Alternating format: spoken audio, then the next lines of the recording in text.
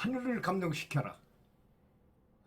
부처님이나 신불이 나를 도와주지 않는다면 아무것도 되는 일이 없을 것입니다. 왜 그러냐면 우리 현재 의식으로 돌을 닦는 거라면 아마 내 생각으로 되겠지만 그건 결코 이렇게 이목구비로 우리가 생각하고 판단하고 하는 그런 것으로는 도 속으로 들어갈 수가 없잖아요.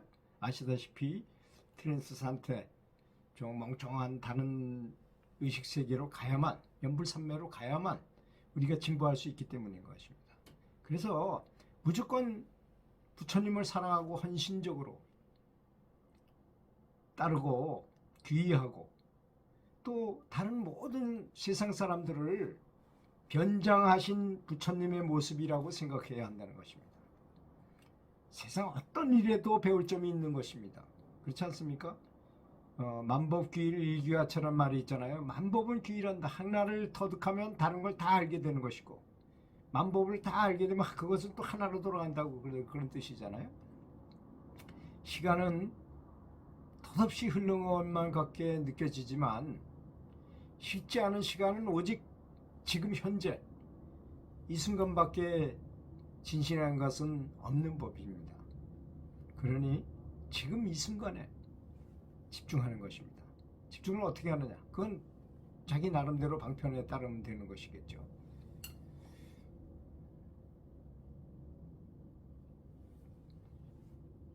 지금 이 순간에 집중하는 것을 가장 중요한 일이라고 생각하고 이 순간에 집중하는 것에 목숨을 걸어야 합니다. 사실 아무리 목숨을 건다 하더라도 죽지는 않을 거 아니겠습니까? 그래도 그런 기분으로 죽는다는 기분으로 하라는 것이죠. 지금 편하게 잠들어 버린다면 죽을 때는 탁동 같은 눈물을 뚝뚝 흘리면서 땅을 치고 후회해도 몸이 없으면 수행할 수 없게 구조가 되어 있다는 점, 이 사람 몸이 아무것도 아닌 것 같아도요 굉장한 그 도를 얻을 수 있는 그런 아주 좋은 조건이 형성되어 있어요. 뭐냐? 뉘아수체라는 곳이 있고 송가체라는 곳이 여기 안에 있잖아요. 그 부위에서 행복 호르몬을 분비시키고 거기서 모든 변화가 일어나게 만들어져 있어요. 인간은 그것이 이 몸이 없으면 그런 수행을 할 수가 없는 것입니다. 이렇게 놀라운 몸을 갖고 있음에도 불구하고 수행을 하지 않는다는 것, 그냥 놀러 다니고 먹는데 소모하고 사는 사람하고 잡담하느라고 뭐 특별한 말도 아니에요. 그냥 재밌게 그냥 떠드는 그런 말로 일생을 허비해 버린다는 것은 너무나 나중에 죽을 때 큰 후회를 하게 될 거예요. 왜 그렇습니까? 왜 그런 거예요? 죽을 때 되면 갑자기 영체가 밖으로 빠져나가면 머리가 9배를 더 좋아진다고 한다는 것입니다. 보통 IQ가 100이라고 평균적으로 100이라고 하는데 9배면 900이잖아요. 1000. 그러니까 1000 정도가 좋아진다는 겁니다. IQ 1000이 어떤지 아세요, 여러분? 뭐 어떤 우리 평상시에 몰랐던 것도 다 알게 되는 거니까 저 사람이 나한테 아주 잘해준 것 같았는데 알고 보니까 굉장히 나쁜 짓을 했다니 이런 것도 다 알아요.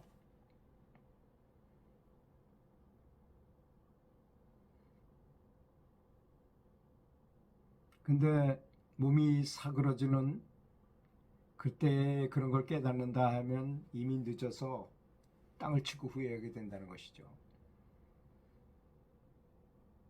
미래의 이제 해탈, 현세의 해탈, 지금 살아있는 동안의 해탈.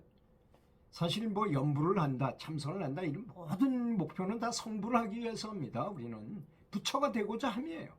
너희 안에 모든 사람들 안에 불성이 있다고 부처님은 가르쳐 주시고 나를 믿으라는 게 아니고 부처님의 뜻은 나처럼 되라는 것입니다.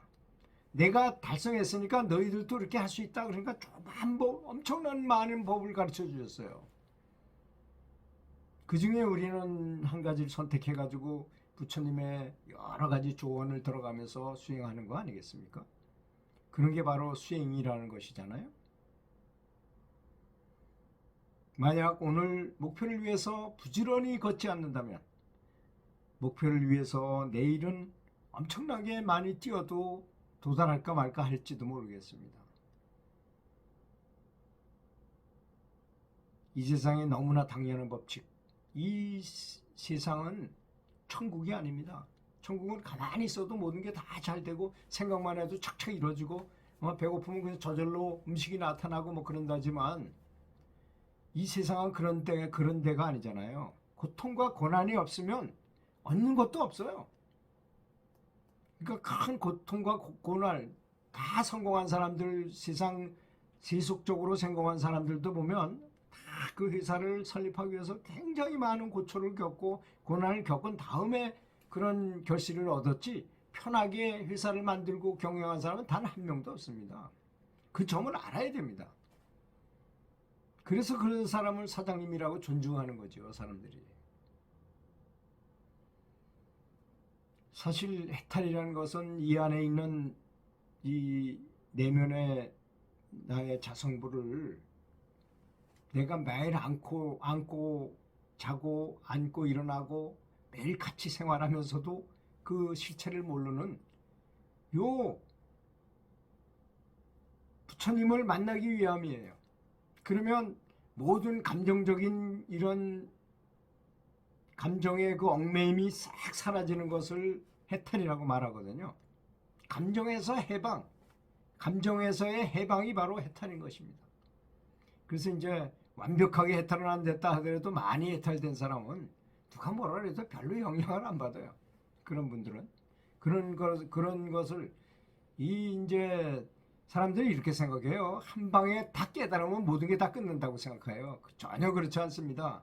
여러분, 땅속에 우물을 팔기 위해서 물을 계속 파보세요. 처음에 너무나 힘들고 뭐 물김조차도 물 냄새조차도 안 나요. 그렇지만 깊이 파다 보면 언젠가 물 냄새가 나면서 질퍽질퍽한 물 기운이 느껴지면서 점점 파내려가면 물이 서슬 고이기 시작하다가 이제 더 파면 그게 우물이 되는 것이지, 아무 느낌이 없다가 갑자기 뭐 이렇게 된다? 그거 아닙니다.